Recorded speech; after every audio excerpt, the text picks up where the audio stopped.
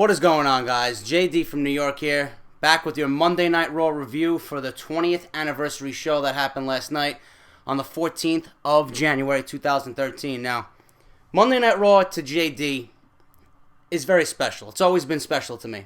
I remember when I was a young child going to school. I was in 6th, 7th, 8th grade, to be exact. And I remember my mother didn't allow me to watch Monday Night Raw because it started at 9 p.m., ended at 11 p.m., and it was too late for me to be up on a school night. If I didn't have school the next morning, she would allow me to watch it.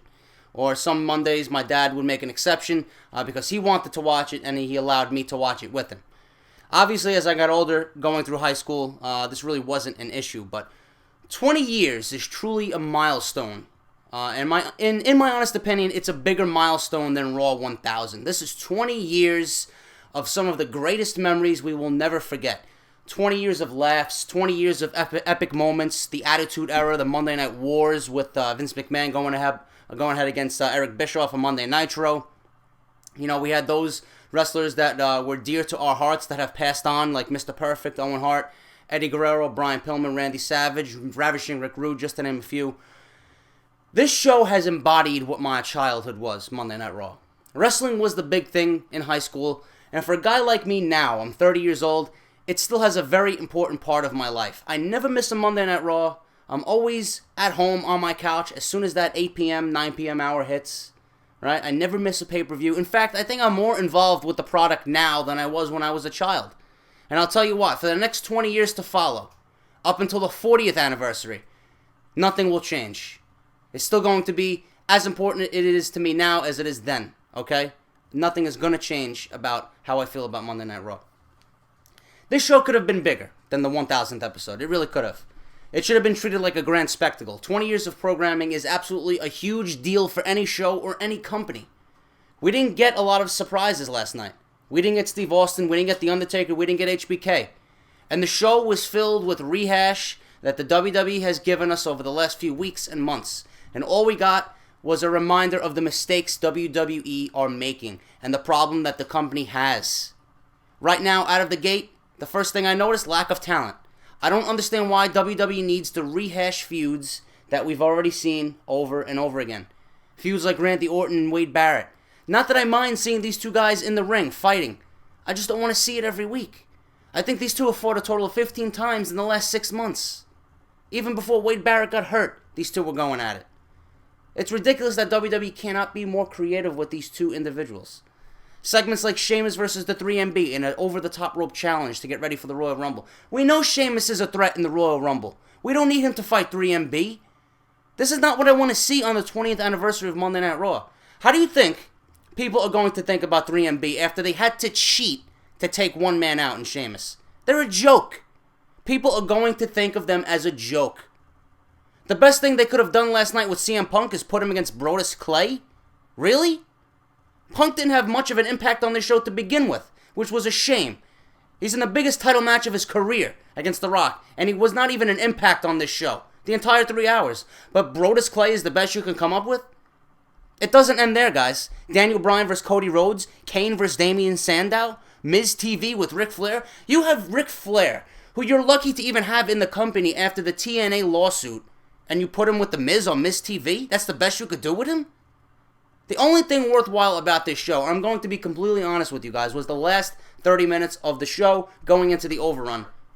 Cena versus Ziggler was pay-per-view quality. Great match, but typical outcome. And the Rock concert, The Rock was funny, but it wasn't his best. WWE failed to deliver their promise about making Raws stacked from the Royal Rumble, before the Royal Rumble going into WrestleMania. Though they still have time, obviously, we're 2 weeks away from the Royal Rumble. They still have time to build these feuds. But WWE failed to deliver anything memorable and exciting for a show that has been on the air for 20 years. Now, like I said, the only thing that I was really captivated by on this entire show, it didn't happen until the 10 o'clock hour, 10:30. Cena versus Ziggler. Pay-per-view quality match. Great match. Steel cage. They should have actually opened up with this match to open up the show. This is your 20th anniversary show. This match should have opened the show. Never mind closed it. You could have had CM Punk fight somebody else on the roster.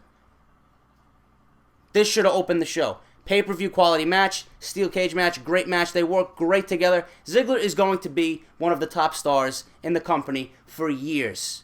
Such a great, great talent. I love watching him in the ring. But the thing here is, Cena. This Super Cena thing has got to be toned down. The last 2 weeks, Ziggler hit him with everything under the sun. Every signature move that is in Dolph Ziggler's repertoire, Cena kicked out. Cena kicked out of everything. It's unbelievable, and it's just bullshit.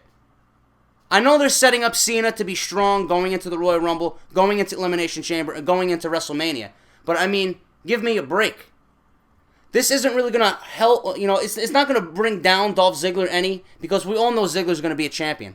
We all know he's going to be a champion, and Ziggler, to the fans' eyes anyway, is not on Cena's level. WWE needs to propel him to that level, to the point where people do believe he's on Cena's level. Us smart fans know he's on Cena's level. Probably surpasses Cena. But WWE right now, their main focus is to make Cena look strong.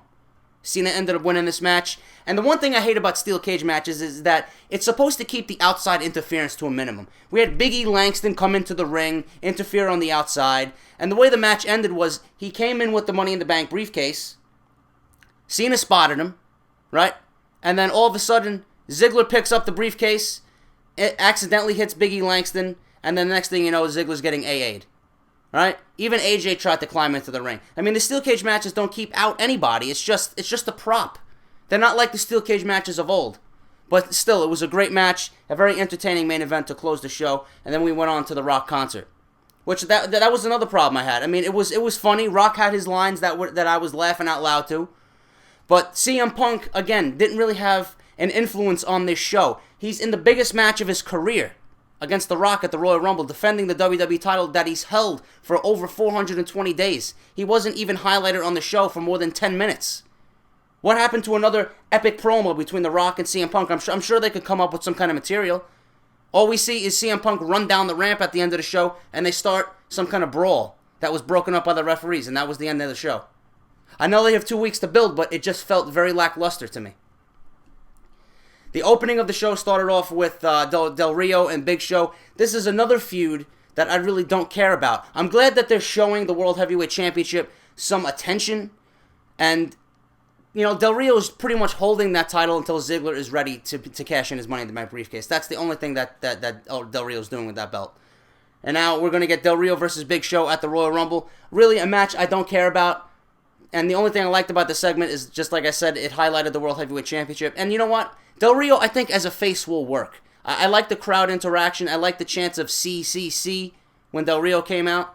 I think his face turn is going to do good. It just needs a little bit more time to build. But, as for the feud, I really could care less. And I'm just waiting for Ziggler to grace us with his presence and finally capture that World Heavyweight Championship. We had Wade Barrett versus Randy Orton. Like I said in my opening, I hate when WWE has to rehash matches because the roster is so thin. They have absolutely nothing creatively right now for both men. And I hear, again, Randy Orton is going to take some time off for some personal issues. I don't know what they are right now. I'll let you guys know in my WWE News and Rumors later this week. But these two guys had to fight 15 different times at least in the past 8 months. Randy Orton always puts on a good match. I'm not complaining about that. And Wade Barrett is a future World Heavyweight Champion, WWE Champion in the future, definitely. He's one of my favorite guys right now on the roster. But the best thing about this match is Orton losing clean. Orton dropped the match to Barrett. Barrett hit the bullhammer for the 1-2-3.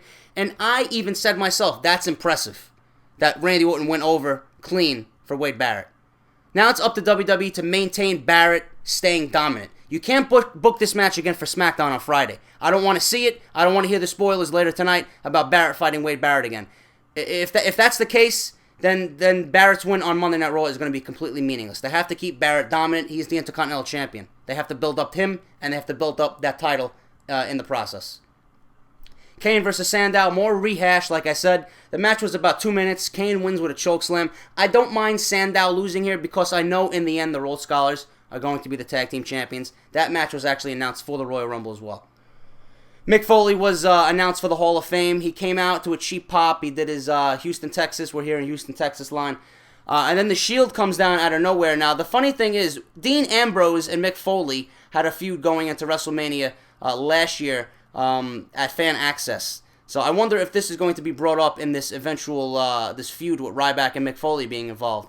I wish the WWE would have gave us a 6-man tag leading into the rest of the night, but again, they failed to give us anything epic on this show. It would have been great. It would have delivered a decent match on this show.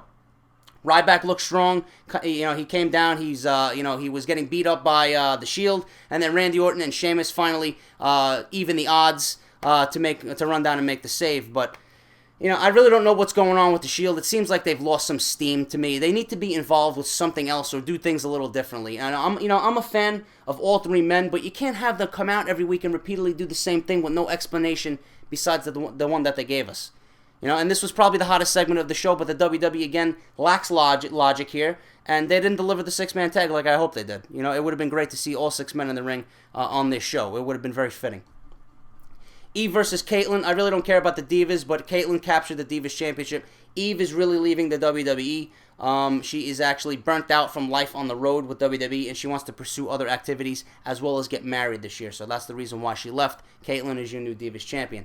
CM Punk versus Brodus Clay. This one was pretty elementary, people. I really don't need to get into it. Punk hit his signature Randy Savage elbow off the top rope, puts Brodus Clay in the Anaconda Vice, and the match is over. I mean, they could have did so much more with Punk, and it really was just lackluster, again, in my honest opinion. And then we had the rest of the show, guys. We had Cody Rhodes versus Daniel Bryan. Daniel Bryan won in a very short amount of time with the yes lock. Again, I don't really care for this. It doesn't make Rhodes look bad because Rhodes Scholars are only going to win the Tag Team Championship at the Royal Rumble, and that will be the end of Team Hell No. Daniel Bryan's going to move on to a bigger and better picture in the WWE in 2013. And then also we had Sheamus, like I said in the intro, against 3MB in an over-the-top rope challenge. Again, I really don't want to see this stuff on Monday Night Raw. This was just very, it didn't belong on the show, very lazy. We know Sheamus is a dominant threat going into the Royal Rumble. He doesn't need to beat up 3 scrubs like 3MB. And like I said, 3MB is a joke. Just put them in the tag team division, give them some solid wins behind them, and let them challenge for the tag team championship. That's the only thing that they're good for right now. I mean, it's just stupid in my honest opinion. And then lastly, we had Miz TV with Ric Flair and Antonio Cesaro. Antonio Cesaro and the Miz seem like they're going to be feuding for the United States title. This should do good for both men. Cesaro could use a decent feud. The Miz is a decent enough wrestler. And Cesaro, like I said, could use a meaningful feud for the U.S. title because there really is nobody else for him to beat. He's beaten everybody. And they're setting him up for possibly a loss. I don't know. But he's going to be one of those heels where the crowd is going to get behind the face because they want to see Cesaro lose so badly because he hasn't lost. He's very cocky. He's very anti-American. So it sets him up for when he does lose, it's going to be a big deal. But in this segment, we had Ric Flair teasing that he was going to put the figure 4 on Antonio Cesaro, and then he just left it to The Miz to put on the figure 4, and Ric Flair was celebrating in the ring. I mean, it was really nothing special, nothing really to cry about here. Like I said, it was just nothing special at all. And that was pretty much the show, guys. Other than the steel cage match and CM Punk and The Rock, there was really nothing behind the show at all. The WWE failed to deliver an epic program like I expected them to. We have to look forward to next week to see what they do. I wanted to see Austin, I wanted to see The Undertaker, but obviously they have other ideas. And I just hope the build for the Royal Rumble for the last 2 weeks is going to be completely worth it. But we'll see. That's your Monday Night Raw review, guys. Hit that like button if you enjoyed the commentary. Subscribe if you have not done so already. I will be back with WWE news and rumors, possibly on Friday or Saturday. I just got to get the right news for you guys. There should be a busy week news-wise in WWE, so I'll let you guys know all the breaking news when it happens, and you can look forward to that on Friday or Saturday. So, like I said, guys, JD out. Hit that like button, subscribe, and I will talk to you all very soon. Take care, and I'll talk to you later.